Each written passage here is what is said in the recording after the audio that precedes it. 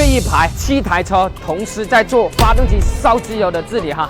那这台车有什么区别哈？首先我们那台呢是皇冠 GS450、皇冠雷克萨斯 ES240、汉兰达2.7，这几台车分别主要的还是机械部分，加上我们的内饰油漆。那这7台车呢，它们都有一个怪毛病，就是烧机油哈。那这些车呢都没有去做免拆，都是全部打散清洗，再一次性组装哈。这样呢可以让大哥们少走弯路啊。我知道有很多兄弟做过免拆了，是吧？应该市场上面呢也走了1、2年，慢慢他们就会发现这个问题呢是永远不能根治，所以说我们还是选择大修，拆开把里面的胶圈、油封、活塞环换掉，它是质保几年甚至10几、20万公里，它是没有任何的问题的哈。如果兄弟们近期要做老车翻新、发动机烧机油、底盘的翻新，我们有大量的案例哈，都是丰田雷克萨斯的哈。啰里啰嗦又分享到这里哈，我们不管是车也好，人也好哈，始终要保持最精神的状态哈。OK， 精神。